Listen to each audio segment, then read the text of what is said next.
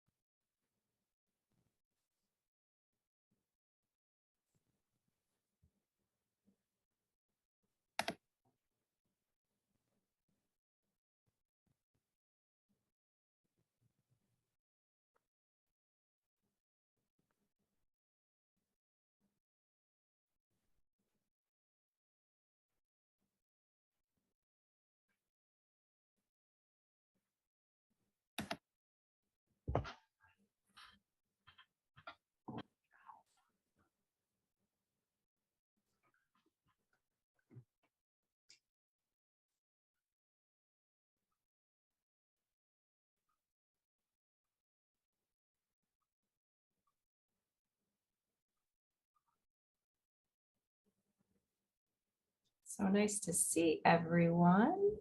Thank you for coming.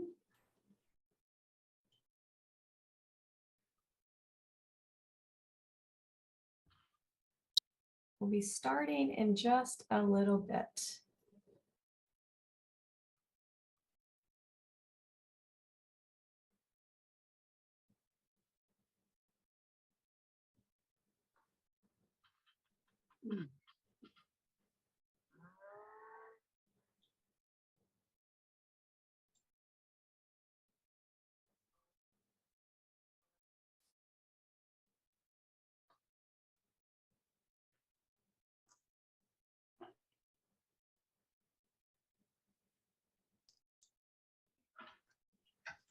All right, well, I'm going to get started.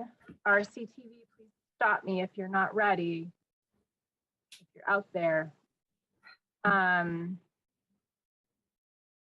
So a quick note before I start recording this. We will be recording this and RCTV is broadcasting it live.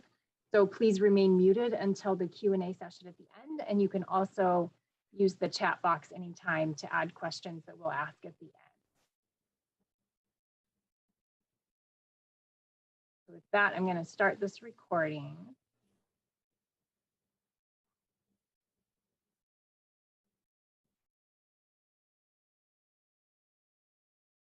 Recording in progress.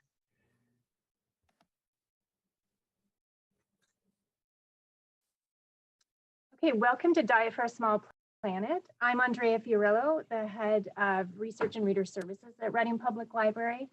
A big thank you to the Friends of the Library who made tonight's event possible. And my co-host, our health and wellness librarian, Susan Beauregard, who can wave to you all, I hope. And also big shout outs to our partners, the Reading Community Television, Whiteland Books, and the Small Planet Institute.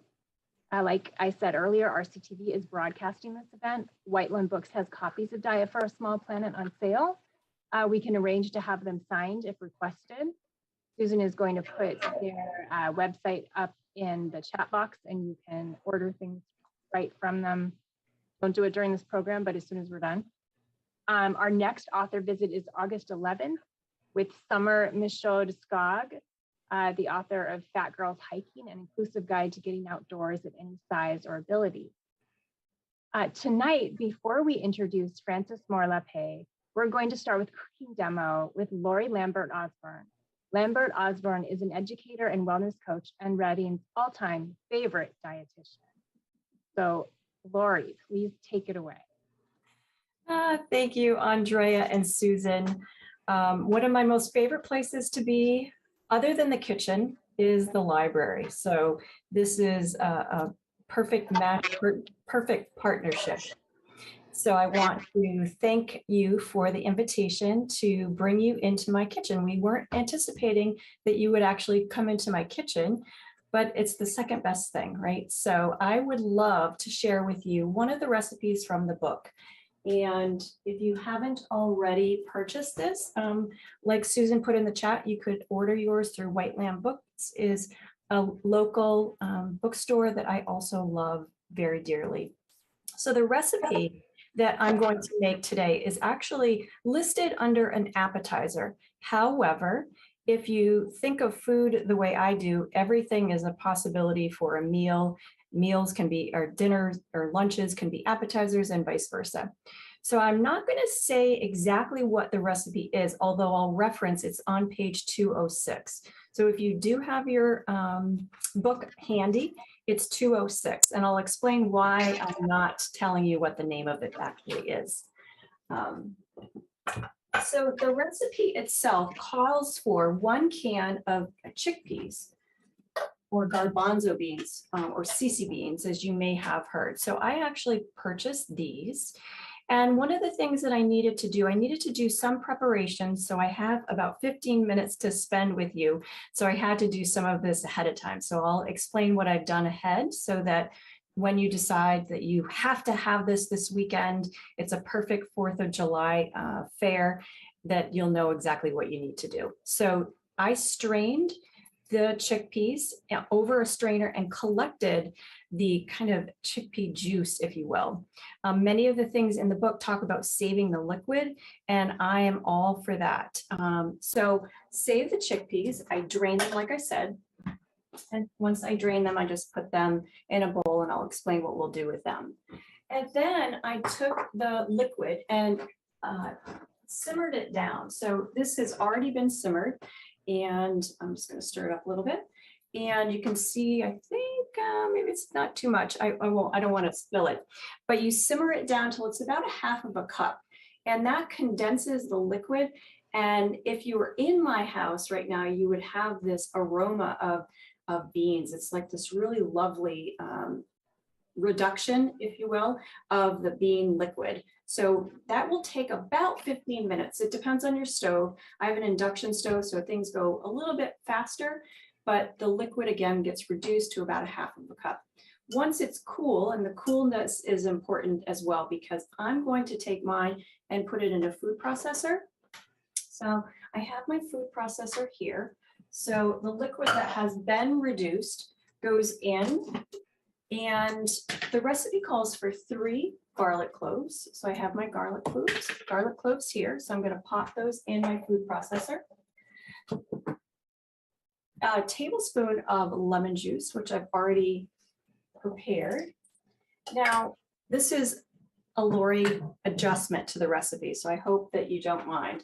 Because I juice the lemon, I also, anytime that has anything lemony in it, I like to zest the outside of the lemon to get a little bit more of that lemon flavor. I particularly like it. If those in your household don't, I wouldn't recommend it, but this is my lemon zest. And I'm putting that in the food processor. And then I'm going to add my bean reduction. So I'm just going to stir this up, pour it in.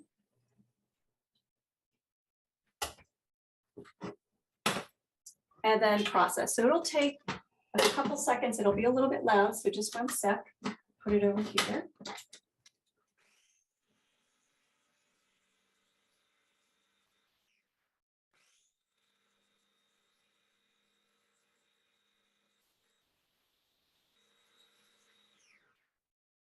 Then what the recipe calls for is adding in extra virgin olive oil in a very slow, steady stream.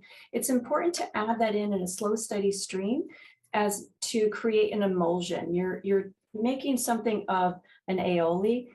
So I have olive oil in this particular container, and I'm going to add it in really, really slowly. Now I'm going to add it in, the recipe calls for a certain amount of extra virgin olive oil. I would recommend adding to your liking, and you might find that the emulsion happens faster versus later. So feel free to adjust your olive oil as you would like. So I'm going to add this in as I turn the food processor on.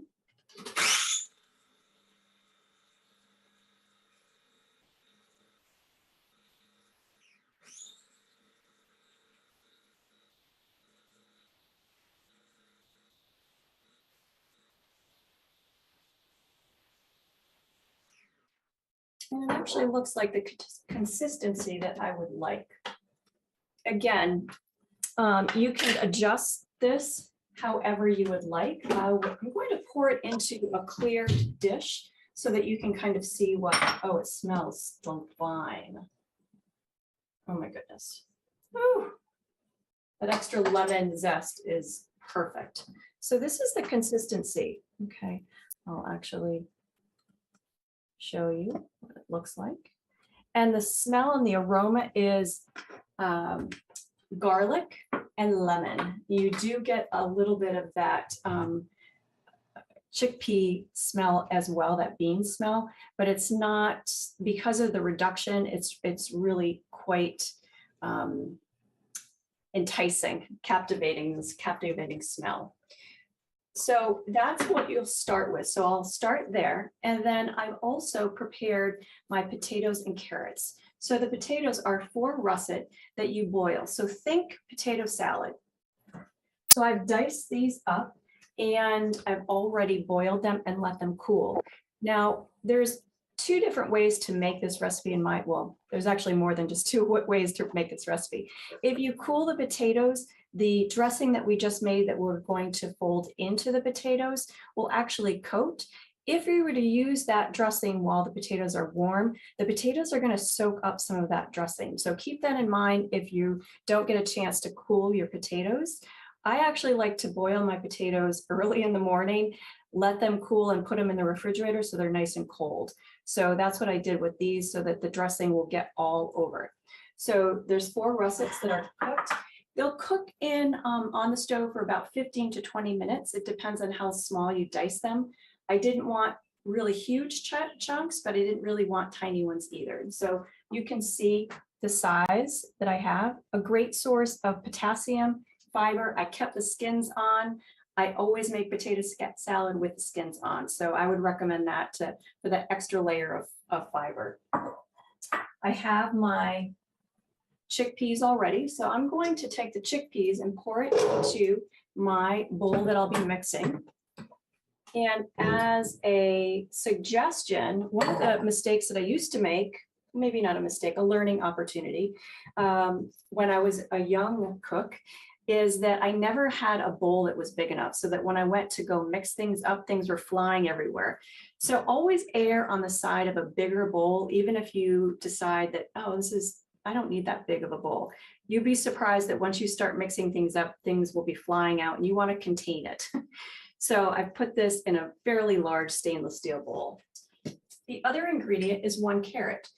This also has been cooked. It gets cooked with the potatoes, but not for the whole 15 to 20 minutes. Because carrots cook a little bit faster, you'll start the potatoes and then add the carrot in. And I dice this up a little bit smaller than the potatoes, but they're fully cooked. So I'm going to add that in.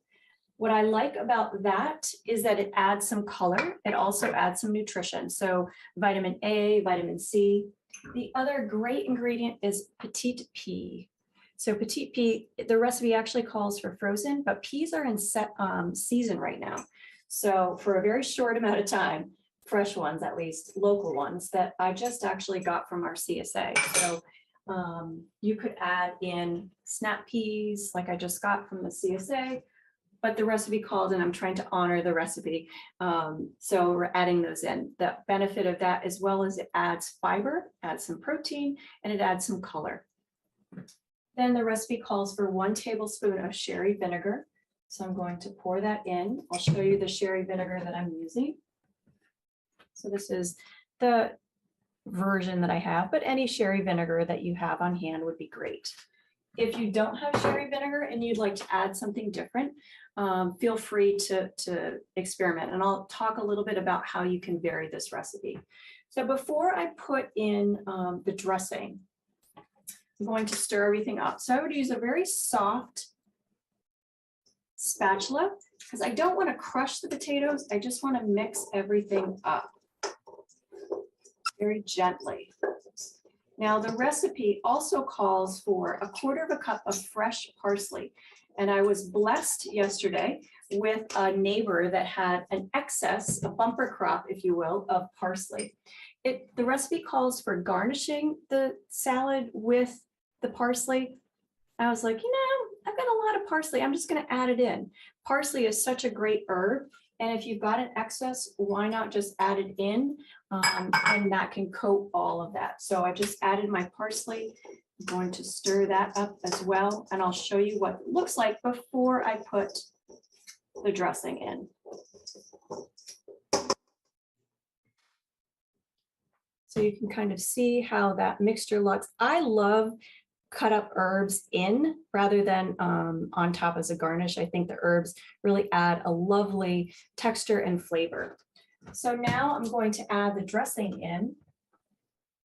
And the dressing can stay in the refrigerator, so you don't have to go crazy with it. You could use all of it, obviously. But depending on how everyone is in your house, they might not like it really wet. They might prefer it a little on the dry side. So again, you can customize how much you use. I clearly have got, I probably only used half. And I'm going to portion this out into a bowl so you can see what it looks like.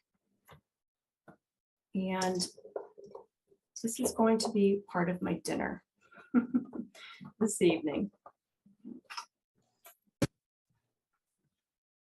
So this is what it looks like when it's totally complete. Now you could, again, put some extra parsley. I'm all about eating with your eyes. So I might take some parsley and just give it a little cute little dab of that and put that on top just for some attractiveness. Now, I always look at a recipe as a blank slate, really, in particular when it uses beans. And the Diet for a Small Planet has so many recipes with beans that this particular recipe, you could turn this into 4 or 5 or more different recipes, just alternating your bean. So I want to show you a few other beans and a few other options. And if you have some varied herbs, you can do some different things. So if you were to use a black bean instead of the chickpea, you could change out the parsley for cilantro and have the same kind of feel, but it would be airing on more of a Mexican kind of flavor. You could also switch out some of the other vegetables and maybe put in some red peppers or whatever is in season at the farmer's market and make it that just a new version for that. Another option is a Central American red bean, and that would also give some color to it. So I might use maybe a cucumber in that.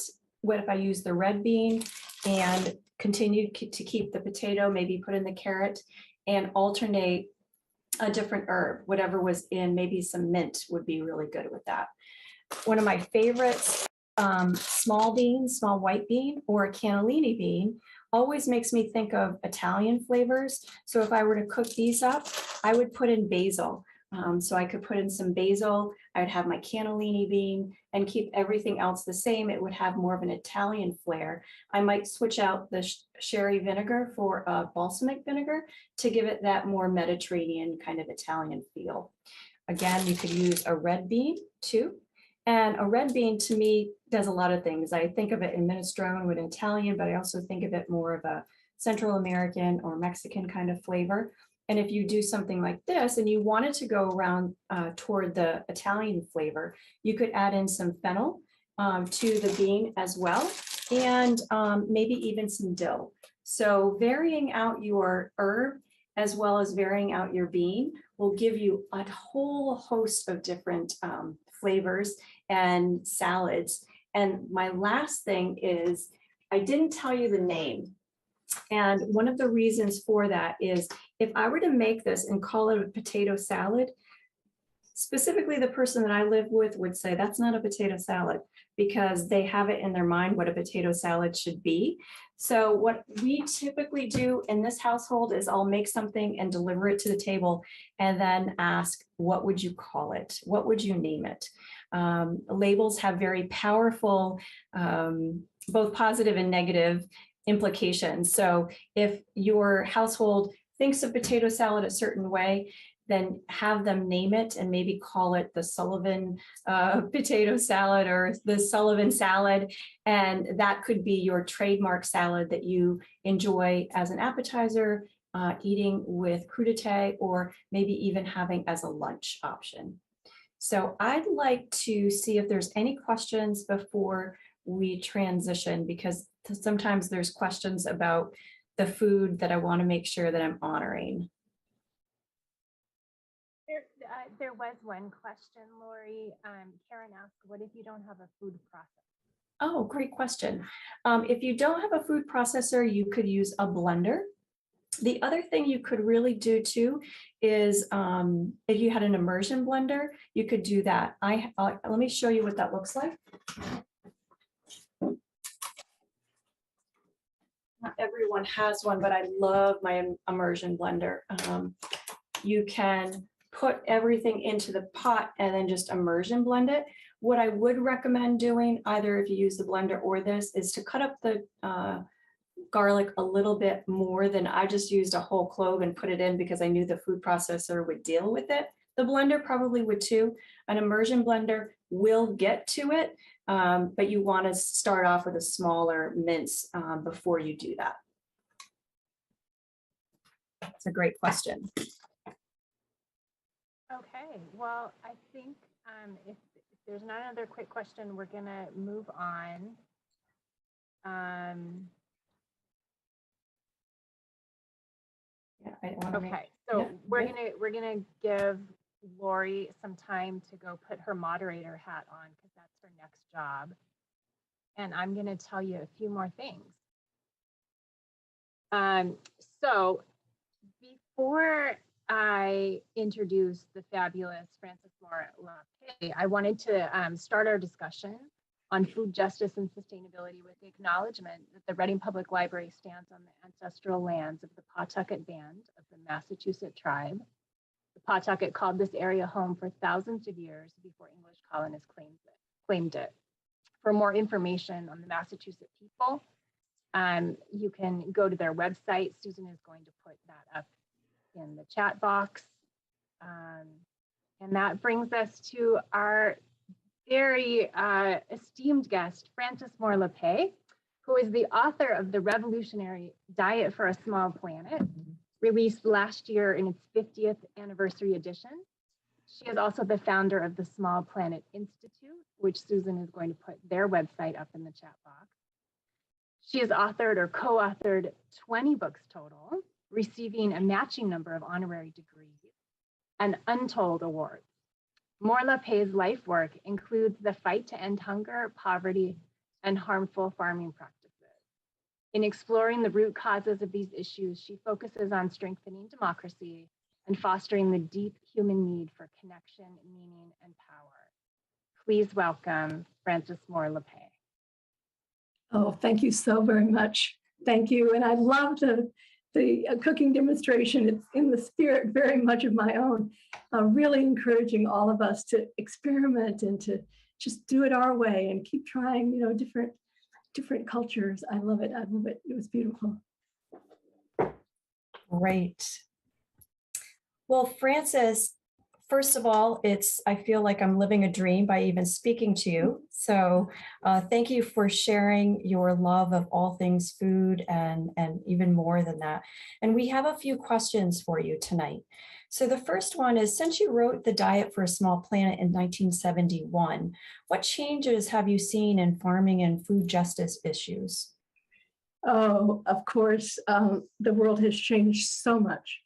And, I try always to walk on both feet, if you will, of really grounding myself and facing the incredible steps that we've gone backward and worsened. I mean, I think hunger today is still 1/3 of our people on Earth don't have an adequate diet.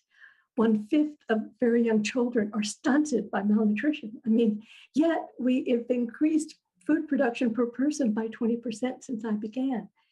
So I think of climate catastrophe, which of course I didn't anticipate, and that production of food could be a major contributor, that 37% of greenhouse gases are in the production of our food.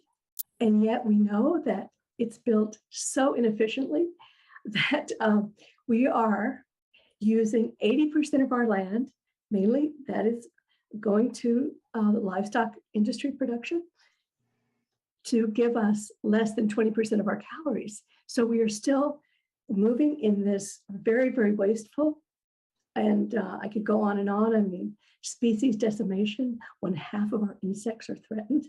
So I try to take that in, and yet, and I want to talk more about what hope means later, but yet, in my new chapter, I was so excited to share with everyone how many realizations and examples and just inspiring developments throughout the world. And one I write about that I was just looking at today in a new book that I was privileged to see recently about Indigenous practices. But I celebrate, for example, agroforestry, which when I wrote Diet for a Small Planet, I'd never even heard of. And now agroforestry, which is an indigenous practice, before monocultures and chemical corporate agriculture, integrated trees and food crops, and they, helped each other and on, and helped the climate, et cetera, et cetera. Now in Africa, there's an area that I estimated is about twice the size of Texas, which I grew up in, and I think it's pretty big. So that's pretty significant, that is regaining this. And it's a farmer teaching farmer how to move back into integration of trees and crops. And I could go on and on about just so many other things that lift me up every single day, including in our own country, the Alliance of Food Workers, and so many institutions, schools that are reconnecting with local farmers. And what is it? There are now just thousands of community gardens and farmers markets and community supported agriculture that I couldn't have imagined. So I think it's important. I know I've gone on and on, but I'm sorry, but to always, as we absorb these hard blows and hard truths, to celebrate the courage that we see all around us and the creativity. And I want to talk more about that. Well, the creativity, I hope that we have opened that door to allow you to share with us some of that creativity that you see happening right now in front of us, so that, and I don't want to get ahead of ourselves with the hope piece, but with that creativity, could you share some of those in the United States, what's happening here? You mentioned abroad. Yes, one of the stories I tell in the new chapter that was so inspiring to me is Soul Fire Farm in upstate New York. Leah Penniman founded this a couple decades ago, I think now. And excuse me, Sherry, could you give me my little cup of tea? I have a little tickle here. So Soul Fire Farm reaches out to African American community and And it's a way of learning relearning the indigenous practices. And she tells a story about the great-great-grandmother who was her own family, who knew that she was going to be put into the bowels of a slave ship. And what did she do? She wove seeds. I get chills as I say this. She wove the local seeds in the African country she came from into her braids, and she brought them with her and helped to establish those crops here. And so Leah, out of this tradition, is teaching, and several thousand people have come through this, and most of them are now gardeners or farmers. So that story really lifts me up, as well as, as I was mentioning earlier, the here in the United States, the alliance with the food chain workers in, for example, this good food purchasing program, which enables schools and institutions to buy from local farmers. And then back internationally, I'm so lifted up by the fact that the Via Campesina, this alliance of farm workers movements throughout the world, it now has 180 organizations working together. And my daughter Anna and I got to go visit the example in Brazil 20 years ago, and it was life-changing. They were risking their lives to take this land. In the Constitution of Brazil, it says that the land must serve a social purpose. And yet there was all this land owned by the aristocracy that wasn't being used. And they risked their lives to follow the constitutional mandate and say, hey, we can make it useful. And so they sat in on the land, and some people lost their lives, but they succeeded. And now they train in agroecology, and they were spreading throughout the world. And let me just say that one of the big thrills is I follow the work of James Preddy. He's the professor who has a network around the world looking for sustainable farming systems. And he's found that just in the 20 years from 2000 to 2020, that the number of local farming using indigenous practices and building on what we're learning about agroecology, that they have grown from 500,000 such groups to 8 million such groups around the world in dozens and dozens of countries. And yet we never hear about this. So these are the kinds of things that I take with me on my dark days, of course, to bring to consciousness and to celebrate and to tell people about. And I thank you for listening. Oh gosh. I thank you for sharing those creative solutions and creative partnerships and bravery of people. And I want to take that's like a trend, because you're sharing some of the information that is the trends of things that are improving as well. I was wondering, there's the trend upwards sometimes, right? And there's a trend going backwards as well. Not that I want to balance this conversation. So what trends do you see that are going in the opposite direction from the trends that you had mentioned earlier?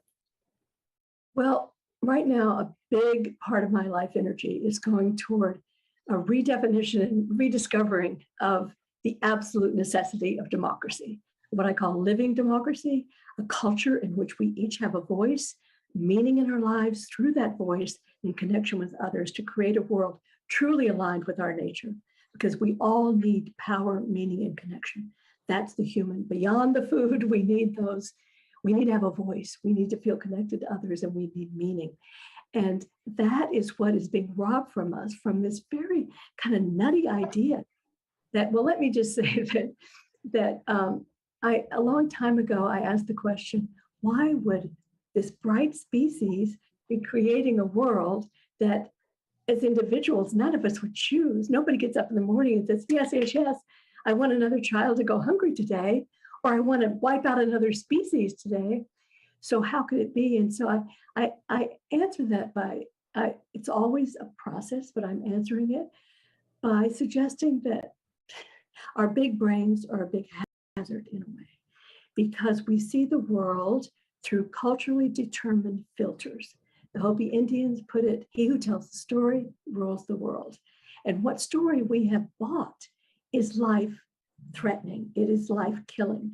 And that story is that we're just selfish little shoppers, right? That we're just selfish, materialist, competitive, and we have to turn over our fate to some kind of magical force. I mean, Ronald Reagan called the market magical. So we have to turn over our fate to some automatic trigger and believe in it and not be open to see that this market, there's nothing free about it. In our country, think of it. I mean, in every major part of our food system, there are a few corporations that are making the decisions for us and on which farmers are dependent. And we live in a society where now 3 billionaires control as much wealth as the bottom half of us. But in every major step in the food system, it's very tightly controlled. When I wrote Diet for a Small Planet, there were about 50 seed companies, for example. Now there's just a handful. So farmers have very little power. So I'm saying that we have to rethink our own capacities as human beings to create a democracy truly aligned with the earth and with our own needs. And we have to apply these beautiful concepts of democracy, of distributed power, of transparency. So we know what's going on, and the idea of mutual accountability, that has to include our economic life, including our agricultural life. It's not just who has power in the political system, because unfortunately, now that concentration of economic power is warping our political system. I learned that we have more agribusiness lobbyists in Washington, many more than oil and gas lobbyists. Who knew, right? And so they are keeping that infusion of private power over what could be a living democracy is what, no matter what we're doing with our lives, we can catch that and get excited about being part of transforming our own country into an example of real living democracy. Because now I think most Americans would be shocked to learn that we are behind dozens and dozens of other countries ranked in terms of the quality of our own democracy. Fascinating. That's fascinating. Thank you so much. And as you were speaking, I was thinking of question after question after question with that, great sharing of how that living democracy, which goes back to the motto of the institute that you founded, which is living democracy and feeding hope. And so your motto, you're living it, you're breathing it. And I was wondering how you would translate maybe just one piece, and I have other questions too, but one piece of that folks that are tuned in right now, that how can we live that out in a tangible way, that we live those values of, living democracy? Well, I'll start with food again, because the reason I think that I at age 26, I jumped to food, because I thought, oh, that's what we do every day, multiple times a day. We don't go shopping. I mean, we don't say, anyway, every day, multiple times a day, we are making the choice of what we put into our mouths, right? And so by making choices about what we eat that are aligned with the earth, already we start to feel more powerful. We're more aligned. We're more convincing to ourselves and to others. So walking that talk, if you will, but I don't even like that expression. It's really embodying what we're learning every day, and knowing that every bite links us to all those producers. Almost a half of farmers are now poisoned by pesticides every year. So as we choose organic, hey, we're sending the signals out to get rid of that so they're not poisoned. So that is one part of living democracy. And then it is, I think we're social creatures and we need buddies. And since courage is the key to doing what we thought we could not do, find one or two buddies who also get it, that are, we have to go deeper in our understanding. It's not just about voting. Voting is critical more than ever, but it is the way we live together and all the rules around our decision making, getting that private wealth out of our political system. So finding a buddy who's really excited about that too. And on our website, smallplanet.org, you can link to another website that we were very proud to co-create with a huge network of organizations. It's called democracymovement.us. So it's democracymovement.us is the way I think of it. And there you can go right to your state and you can see what are the big groups right now that you can take part in and support and tell your neighbors about and maybe contribute to. So I think that this idea, it's thrilling to not just feel a victim. and recognizing that we can't do this alone, reaching out, all it takes, I think, one buddy to share ideas with, and then see if you can get others engaged in that exciting interconnection between food, farming, and our democratic process. It's worked for me. I can say that. Yes, and I love that interplay, and I too share your starting point of food. It's, we commune together with food. We, if someone is sick, we deliver food. Food is love, food is gifts, and so forth. So it's a great entryway for many people. And once they have a chance to read your book and reflect on some of those, that interplay that you talk about is like this rope that has so many parts to it that are intertwined.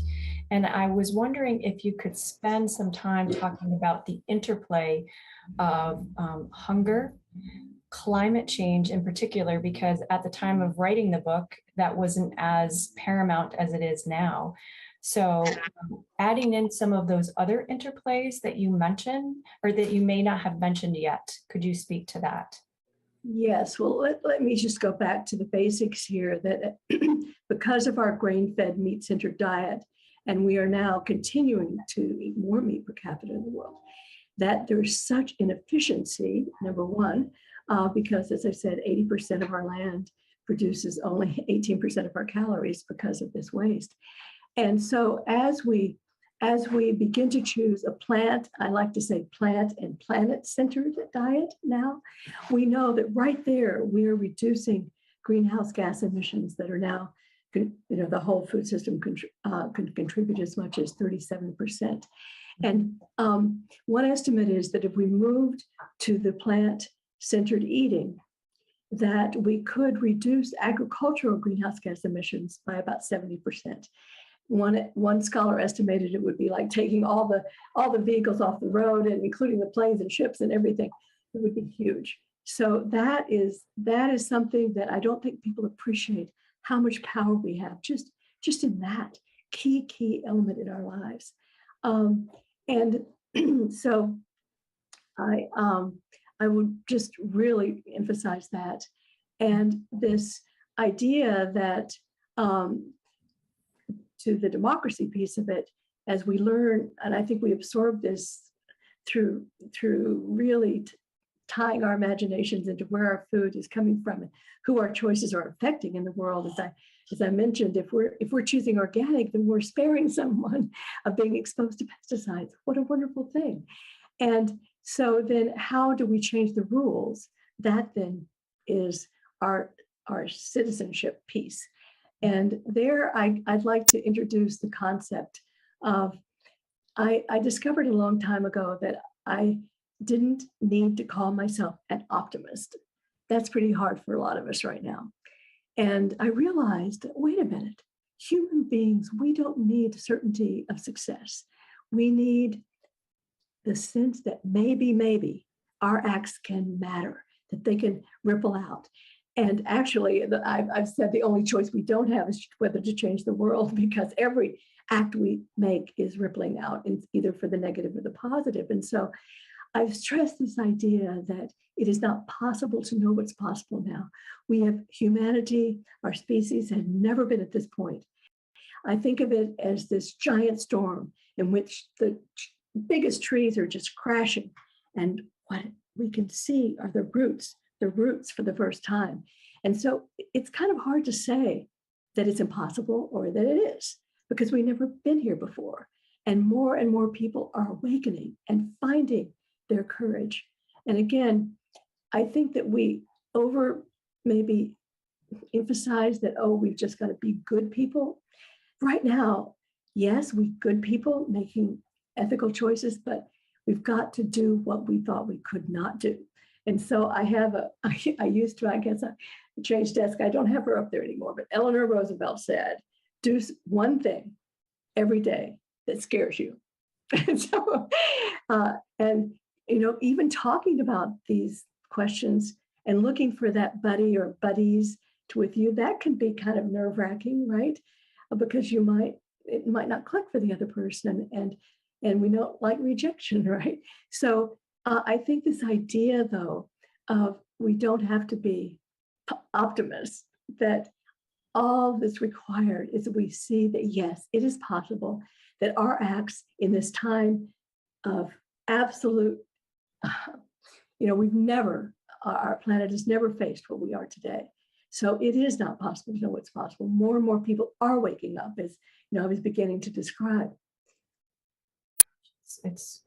Thank you so much for saying that, and letting us feel your, not, I'm going to call it optimism, but the power of the ripple, that all these actions that we do have an effect that we might not necessarily see on the other side, and that's okay. One of the things that you also brought up in the book that I'm curious about is hunger, because food insecurity right now is one of the highest that it's ever been in history. So the book talks about that in relationship to food policy as well as choices.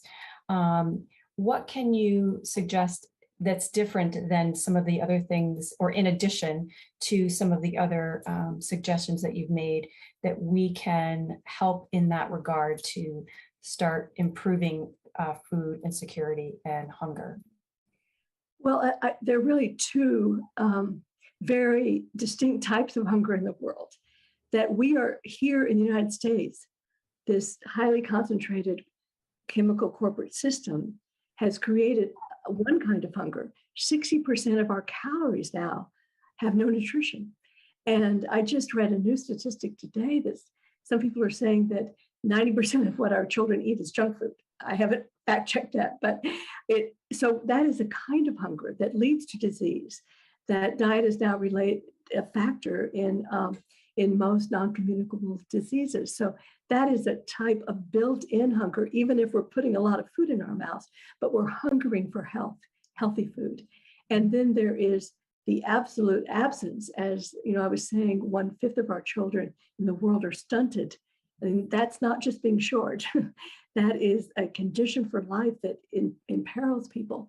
And so that is worsened then by climate change. And I think that everything we can do to convince all of our efforts worldwide in terms of offering assistance, to be supporting the local initiatives, not to come in with our monocultures. No, and that's what, my colleague Tim Wise has written a book that Eating Tomorrow, and talks about how our corporate chemical system is still being pushed throughout the world. We must stop that. We must stop that, and rather support the kinds of things that I was describing in Africa, for example, with the spread of agroforestry, the indigenous methods that are being revived, and supporting people who are right there on the land, and these groups that are sprouting. And so it's a very different way of thinking about,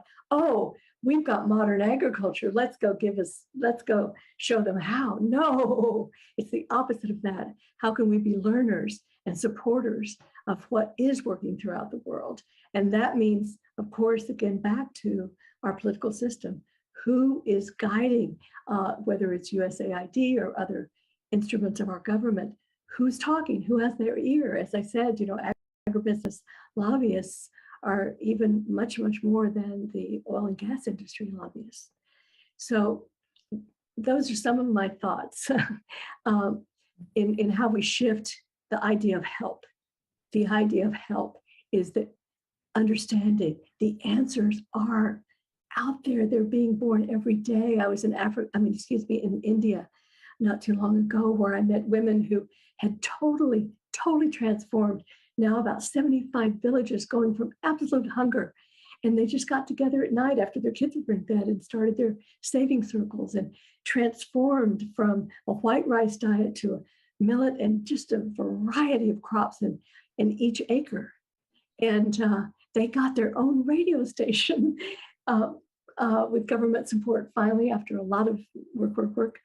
And it's succeeding. And now they're traveling to different parts of the world. These were the poorest, the Dalit women in India, who you may know is the lowest caste, terrible system. And yet they transformed their lives. And I've got to tell you about one moment. As I was leaving one of the villages that is such an exemplar of this, it's called the Deccan Development Society, about 100 miles from Hyderabad. And the women rushed after me. They rushed after me as I was moving toward the taxi. And they said, wait, we forgot to tell you the most important thing. What we found in our women's group was our courage, And every time I get discouraged, I think of, that for that, you asked me about what kind of help, that it's not showing the Deccan Development Society how to operate, but it is really now India is in the same area now. Government money is going to support ecological practices, and in Mexico as well, and other countries. Thailand is an example. So that's what we need to be helping. Yeah. I love that story. Thank you for it. It's actually welling up courage, I think, probably in most of the people listening. I need to. So yeah, talk about courage, because then I've got to show up, right? yeah, absolutely. So living democracy and feeding hope is the motto of the Institute. Before we open it up for people in the audience to ask some questions, I was wondering if you would share with us you mentioned some initiatives on your website with linking with other things, but what is the Institute, some new things going on there, new exciting projects that you're working on that you'd like to share with us? Well, one of the things that we've taken up is the crisis of trust, we call it. And we're going to be issuing a report about what other democracies are doing. We can't have a democracy with no trust, and trust is breaking down throughout the world. And trust in government, understandably, is going down here. And so any of you out there who would like to, it's one of the hardest projects I've ever taken on, but we're finding examples of other democracies scored much higher than we are on quality of our democracy, who are coming up with very interesting ways to create very transparent systems for identifying lies and disinformation.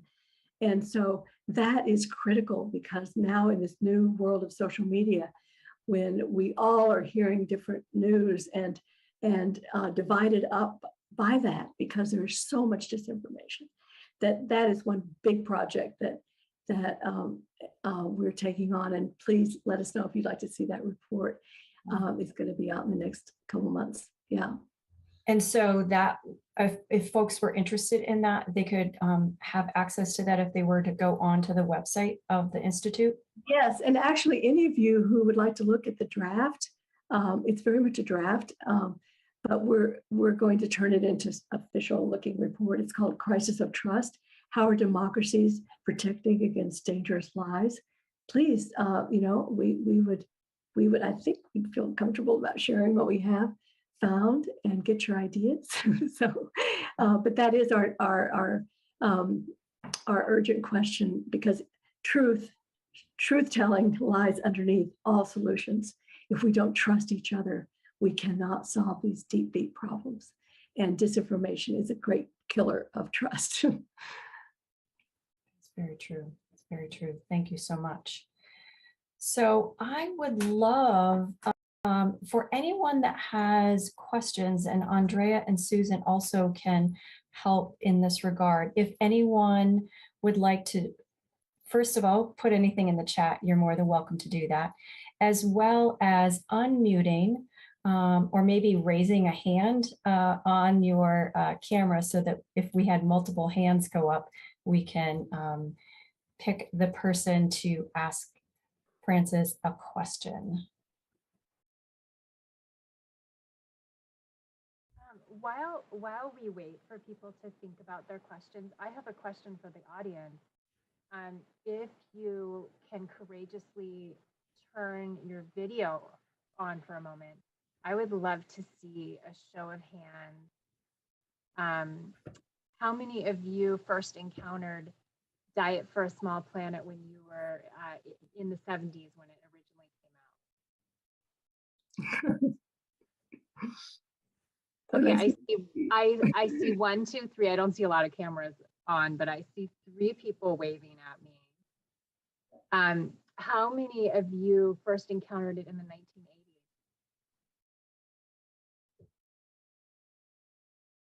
Was anyone around for the 1980s? Would we all like to forget it? I don't know. How about in the 1990s? Did any of you first read this book in the 1990s? I see 1 hand. How about the 2000s? I see 1 hand. How about the 2010s? I see another hand. And has anyone just discovered it for the first time with the 50th anniversary edition? I know I have. I knew all about it. I just hadn't actually read it, but I admired it from afar. Okay, so I don't see any questions in the chat. Does anyone have a live question they want to ask? And don't be shy about using the chat either. Michelle, you have something? How do you have any tips on, especially like the younger crowd, maybe sometimes the older ones, for impatience? They just don't, how can I say it? They want things instantly, and not everything goes instantly. And, progress is slow sometimes. And, how can you keep things steady and moving in the positive direction? Especially when you don't see immediate change. Very, very important. Well, I think return to the theme of this idea that every choice we're making each day is rippling out, and to really, find others who have that sense that we know it's true, but we can't always see what those positive ripples are. And so I think that's really important to cultivate. I also think it's that the excitement of learning and doing what we thought we could not do is so thrilling, exhilarating. And that is what I think keeps a lot of people together in this democracy and this very exciting food movement as well, because they're in the food movement more than the democracy movement, understandably. There are very specific things that we can see, the changes, whether it's a community garden beginning or our school lunches actually being procured from local farmers. They're very specific things. And then on the democracy movement front, I know that a lot of the news to a lot of us has been very terrifying recently. And fear can stop us, or it can really trigger that, okay, I'm going to find my courage and follow what Eleanor Roosevelt told us. Again, so I think it's a desire for a life that I think most all of us want, to have that deeper meaning and to feel that we get up every day knowing that maybe we alone can't change the world, but we never know who's watching, and we never know if one thing can lead to another and another and another. So that possibilism, that sense of possibility, is the absolute key. And again, in community, I think it's very hard to keep that alive by oneself. And that's why this Democracy Movement website we created, and there are just so many great ways to connect locally with community gardens and farmers markets and Food Chain Workers Alliance, and really supporting people who are in the food system. So it's kind of wide open. So I'm just hoping that all of us can maybe, I guess I'll close that question or that answer by what worked for me, and I was so fortunate, is that I found my question early in life. My question, why is there hunger? Is it really true that there's not enough food? And so if each of us can say, okay, what question is my question? That is a really important question, and I can dig into it and find some way that I can connect to it at all these levels of changing the relationships of concentrated power and blindness and destruction to shared power, transparency, and mutuality. As Rabbi Heschel put it, some are guilty, but we're all responsible. So I think that spirit is finding your question. What is it that could really catch your imagination? Thank you, Frances. There was a question in the chat about veganism and what your thoughts are on veganism. Well, I'm not a vegan, but I'm becoming closer to one. I joke sometimes that I could be a vegan, except I love Parmesan cheese too much. But now I was just reading, somebody asked me the difference between oat milk and cow's milk in greenhouse gas emissions. And I was doing that research, and I thought, whoa, I've got to really become more toward a vegan and at least to give up the milk in my coffee. So I honor vegans, and I think I honor them for many reasons. One, when I was young, it was all about avoiding cruelty to animals before we knew all these other things. And I honor that. And I want to become more and more. I think it's also, though, really important to keep that big tent and not to wag fingers and say, oh, you're not quite up to speed here, and to embrace any and all of the changes that we're making in our lives that move us in the right direction, and not just guilt trip each other. That doesn't work.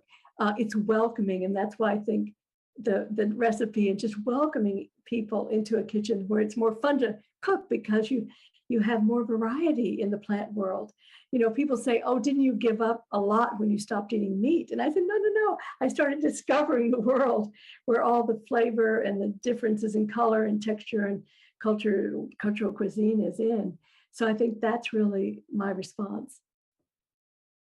Frances, I want to piggyback on your milk question. Oh, good. Nowadays there's oat milk, there's cashew milk, there's almond milk, there's coconut almond milk, there's dairy, cow's milk. If you were to recommend, and I know it's not an all or nothing, it's a continuum, right?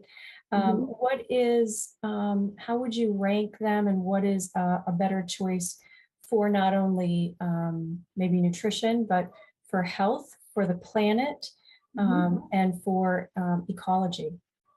Well, I'm certainly not an expert, but I understand my limited knowledge, and I think a lot of us know this, that, for example, almond milk, almonds use a lot of water all over but even that is more complicated, because it is really the life cycle of an almond tree doesn't compute to be such a negative. So that's a little bit stretched in people's mind about the water cost of almond, at least. But I'm just not an expert. I just know that comparing dairy and oats, obviously dairy has all of that grain feeding going into them, and all the methane and everything. And so, of course, in that comparison, oat milk wins big time. I had the numbers in my head, but I've lost it. But it's a really big difference. And So I want to look into that more though, because I know a lot of us like me, like our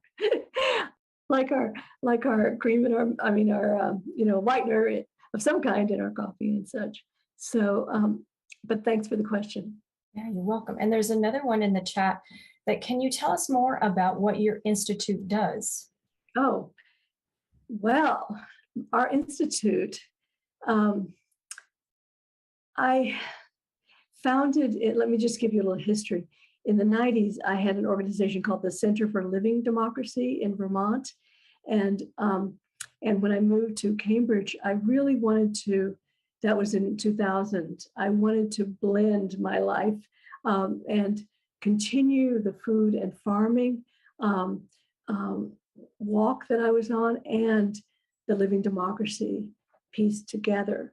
And so my daughter and I traveled the world. Can you imagine, all you parents out there? You can trust me, and I'm sure you would agree. Traveling the world with my daughter was in grad school, and we traveled on 5 continents, and got to know the most courageous people working the land, and creating this aligned food systems that we've been talking about today. We got to meet Wangari Maathai, who won a Nobel Prize for her Greenbelt movement. And so we traveled the world, and we were so moved by what we learned. And we came home with new hope.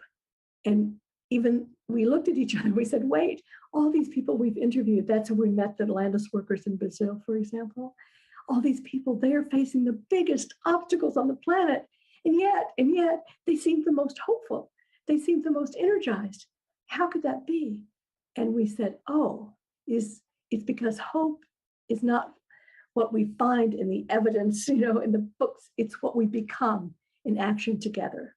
And so that was then, I wanted to be a weaver. I wanted to find people who were excited about weaving the pieces together, the democracy, and rethinking democracy as a way of life, as a rewarding, thrilling way of life, and the food and farming piece. And so we've continued and you'll see on our website, to weave all that together. And a big turning point for me, I'll share about this theme of doing what you thought you could not do, because in 2016, I joined this march of 100 miles. And I didn't think I could walk 10 miles. And I thought I'd be the little old lady they'd take off in a cart, but I walked for democracy. And it's called Democracy Spring. And we sat in on the Capitol steps, and we were arrested and put into a detention center. But it was life-changing. It was life-changing. That thrill of democracy as we approached the Capitol, and the Capitol came into focus. I had the realization, oh, those people in those gorgeous buildings, they work for me. They work for us. And it was just this shift of energy and thought pattern that, oh, I'm not just a victim of their concentrated power. So I'm just telling that story because it was, in my case, probably the most kind of like, should I do this? Am I crazy? And so doing what we thought we could not do, and then it helped me weave together and be more believer in the small planet mission, that we can weave these various themes into our lives and find new meaning, new connection, and new voice. That sounds like a very powerful turning point, and so many little stopping points along the way that energized you just when you needed it. What in the Green New Deal movement, could you talk a little bit more about that? Oh, the Green Belt movement? Yeah. Well, Wangari Maathai, she grew up in a very poor, she passed away in 2013. She was my hero of all heroes. She grew up in a very poor village. She went to school where she was not allowed to speak her native language. And yet, Wangari said, I saw the trees being destroyed. I saw Kenya, this is Kenya. We met with her in Nairobi, the trees, the forest being destroyed. And she knew from every level, the indigenous diet had been robbed, through the monocultural chemical agriculture. And she organized to create a green belt movement where women were trained, and it didn't take a lot of training, but to have tree planting in village after village after village throughout Kenya. And then it became, it spread to other countries. And that, when we interviewed her, and she met every obstacle, she was beaten, she was jailed, she was humiliated. And I said, Wangari, how do you keep going? And she said, well, you just keep walking. And then she stopped, smiled, and said, but sometimes you've got to jump.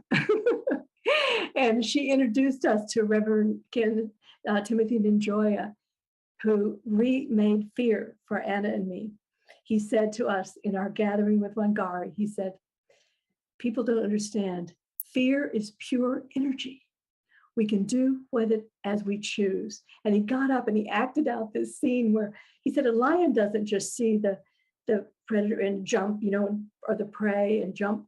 It channels its energy and it focuses that energy, and then it goes. And we can do that. Fear is pure energy. And so one day when I was in an audience and I was really scared about asking a question, as a lot of people are, I realized my heart was pounding, and I remembered Timothy Njoya, Reverend, and he said, oh, fear is pure energy. And I thought, oh, that's pounding heart is just my inner applause telling me that if I stand up and raise my hand, I'm doing the right thing. And so I got my hand up. I didn't get called on, but it was that spirit of reinterpreting fear. And so the Greenbelt movement stands then for me for all of that. And I understand when Wangari got the call that she had won the Nobel Peace Prize, all the people in her car who'd been working with her, she said, we won. So she was my hero of heroes. Such a wonderful story. And I think all of us will actually take that with us, that when we get fear, we feel that fear, we'll hear your words, which are translated from your role model, that it will call us to use that energy in a positive way, or in some way that we know can ripple things forward. Indeed, because all of our ripples have one consequence or another. We're all, I quoted a friend of mine, now deceased, Hans-Peter Durer, who said, in life, there are no parts, there are only participants. So. That's great. If no one else has a question right now, I would love to hear more about the trees, the mixture of the trees and crops, and also just like the wisdom of the three sisters planting crops together that feed the soil and help each other out, and sort of how. Oh, am I too quiet? That's better. How is that? Okay. So good. what I was saying is one of the topics that fascinates me. I mean, you have so many good stories in this book and in person, Francis. But one of the things that really fascinates me right now is how plants take care of each other and communicate, and how nature knows how to grow itself with only a little bit of assistance from humans, and that we often mess that up. And so I want to hear more about how it works with the trees and the crops, and how something like the three sisters of crops that grow symbiotically together and make for better food sources for all of us. Could you speak to that some? Yes. I'm just so excited about agroforestry. And in Niger, you see, the French colonials had a system in which ended up chopping down millions of trees. And so there were, in Niger, there were stumps that no one thought could regrow, but they do if they're left alone. And so the families in the villages began to just stop trimming the those trees that had been cut down stopped limiting their growth, and they regrew. Largely, that's what happened in Niger. And over about a 20-year period, they grew like a couple hundred million trees, and had food enough to feed 2.5 million more people. And the beauty of it is that you think about it, it's so obvious that the leaves, one, in the warm African climate, that it shades the soil so it doesn't dry out as fast. And the leaves become fodder for the animals, and they also become fertilizer for the soil. And so the weaving together of the crops, and also using green manure, Roland Bunch, a friend who's an agronomist there, calls it, I guess a lot of people do, but using multiple crops and cover crops, and pigeon peas, for example, a crop that is very, very nutritious and fertilizes the soil, helps the nitrogen content. And so there are just so many elements that are working together. And I quote in the book a little boy who said, well, why do I like this so much? Why do I, Roland asked him, well, what does this mean to you? And he said, well, it just means to me, if I'm hungry and my mom, doesn't have anything, I just go out and get some fruit off the tree. But it's such a beautiful example of really aligning and working with and learning from the natural world, learning what the plant's like, not this, what we've learned here is this, with our big machines and our monocultures, we're going to come in and make a lot of money. No. We are going to inhabit with the earth.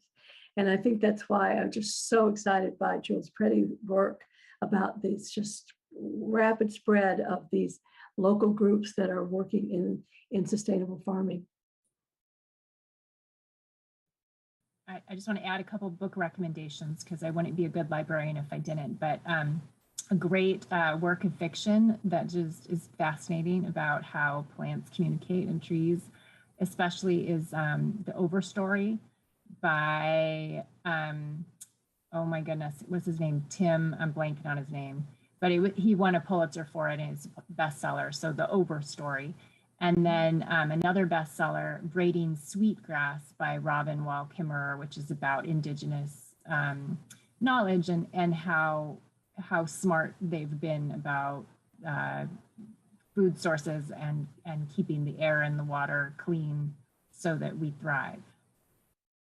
Absolutely. Yeah, thank you for that. Excellent.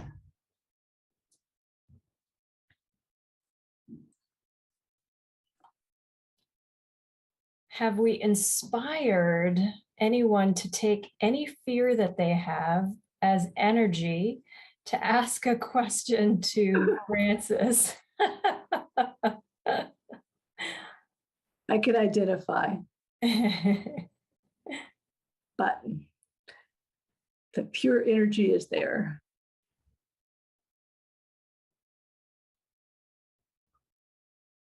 I'm curious, are there things that you were surprised that, or just doesn't quite make sense? Anything that you felt like I jumped over? I mean, obviously, I jumped over a lot.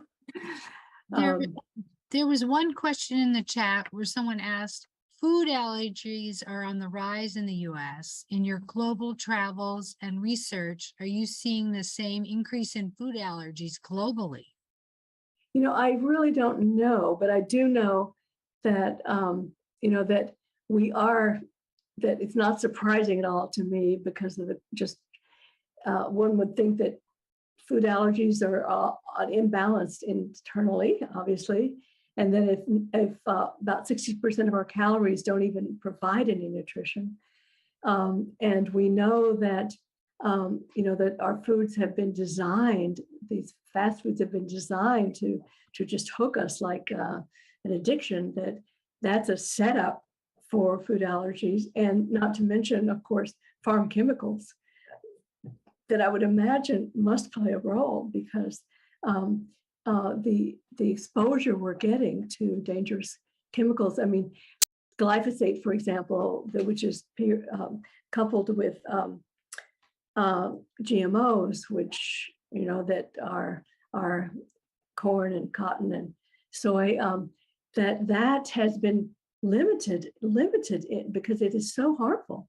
In I think 40 countries have limited it, and some have banned it, and we haven't. And so we have no idea what really the consequences are. I talked to one scientist who said the studies are so loosey-goosey, that we haven't come to terms with this. Although Monsanto, now Bayer, did have to pay out billions of dollars for damages to farmers who got cancer. So no, I'm not an expert in any way on allergies, but my strong hunch is that it is all related to what we're talking about today. And as far as other countries, I think, I really don't know, but I'm going to find out after this. I'm curious myself.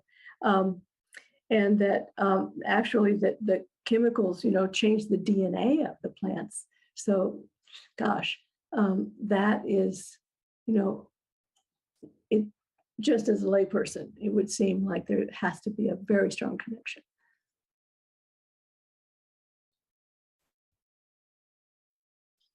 I have another question then.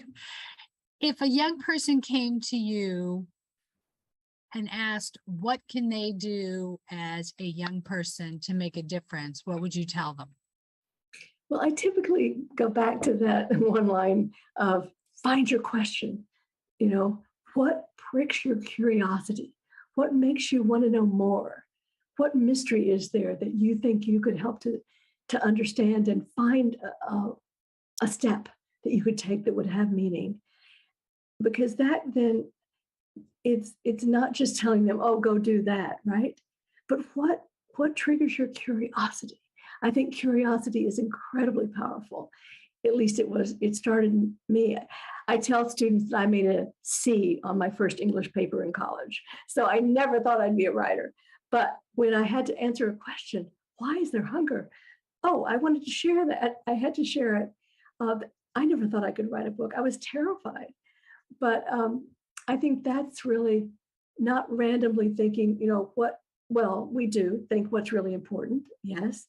But what is our question about the most important things? And how is it connected to me? And I believe curiosity is what I encourage, rather than saying, oh, you should start here. Does that make sense? Thank you.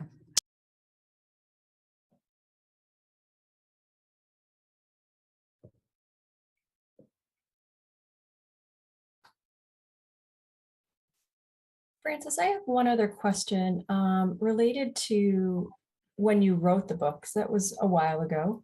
Yeah.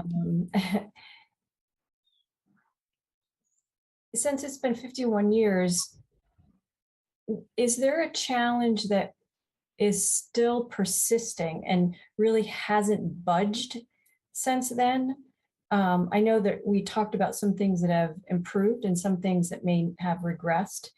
But is there anything that has stayed the same that is just not giving? Well, the core that is stuck, in my view, is this grasping of what is democracy and the mythology that we have in this country that is such an obstacle, that we're the best and that that we're one of the leaders. We are not. And so I think that is what is stuck, and not realizing. And this is why I love being an elder. I love being able to look back and to say that my generation, we saw every income group double its real family income. And we saw this we cut poverty rate in half during the year I was, 10 years that I was working in the war on poverty. Not all of that time I was there, but I was contributing. That we have shown that we know how to do democracy better than we do now. And so I think the biggest obstacle is our mythology around our power structure. And now the attack on it, the moving away from trusting people's voice and trusting people's rights, and through suppression of voting, through gerrymandering, denying people equal voice, and through allowing money in politics, that is the stuck part. And so I want to really share the news that we have done better in the past. We have, as we stood up in the 60s and made some significant changes, and after, and in the 70s as well. And so I think, especially for the younger generation, it's hard to believe that we could have made those huge shifts, both in civil rights and in awakening around the first Earth Day, for example. So I just want to underscore that our history shows that we do know a better way, and but now we have to really rethink what democracy means, to embrace the earth, embrace our economic lives as part of our understanding of democracy. It is not simply a political question. Does that make sense? Absolutely. Thank you very much for that. I don't think we have any more questions, but Willa in the audience has a wonderful way to take us out. So first, I am going to give my gratitude to Lori and to Frances and to Whiteland Books and the Small Planet Institute and RCTV and all of you for showing up to talk about these really vital issues tonight. And I don't know Willa, but the lovely Willa from the audience says to Frances, I want to thank you for being an amazing motivational speaker. I think we become braver about expressing what is important to us as we get older, which I prefer to call maturity. You have surely motivated us to follow our dreams of making our planet a healthier and more beautiful place to live. Oh, thank you. That's so lovely. Can I share with you, I know we're closing, very brief quote that stays with me forever is William Hastie, the first African-American federal judge, who said, democracy is not being, it is becoming. It is easily lost and never fully won. Its essence is eternal struggle. And then I hear John Lewis tell me the good fight, the good struggle. So that is the spirit in which I hope we can all join together. And I just want to thank you so much. I hope you can tell how much I've enjoyed talking to you. Thank you so much, Frances. Okay. Thank you. All right. Good night, everyone. Good night. Thank you. Good night. Good night. Thank you. Good night. Thanks again. It was wonderful. Thank you.